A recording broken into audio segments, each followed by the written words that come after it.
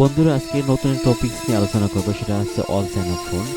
Ringtone আসে, call আসে, কিন্তু কল রিসিভ করার পরে আপনাদের সাউন্ড শোনা যায়, কিন্তু আপনার ফোনের সাউন্ড অন্যরাই শুনতে পায় না। এটা সহজ সমাধান আপনারা একবার দেখলে মিনিটে আপনারা পেয়েছেন বিষয়টা। তা আমি এখন মোবাইল দিয়ে সঙ্গে খুলতেছি এবং মনোযোগ সহকারে মোবাইলটা খুলতেছি। আপনারা অবশ্যই খোলার সময় খুব মনোযোগ সহকারে খুলবেন, যেন সাইডে কোনোভাবে কোনো কিছু আঘাত না পড়ে।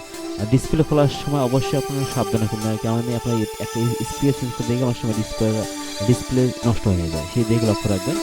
আমি এখন বডি থেকে সাইকেলটা খুলছি। সাইকেল এখন দেখিয়ে দেবো কোথায় আপনাদের মাইক্রোফোন আছে। দেখলে আপনারা দেখেন এই যে পাশে এই যে সোলারিং করে খুলে নিতেছি আমার মাইক্রোফোনটা। এখন আমি নতুন একটা ভালো দামি মাইক্রোফোন এখানে লাগাই দেবো। লাগার পর দেখা যাবে যে আপনার ইনশাল্লাহ কাজ সাথে হয়ে যাবে।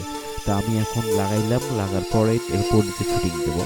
আমরা অবশ্যই লাগার সময় মনে রাখবেন যেন সুন্দরভাবে সোল্ডারিংটা করা হয়।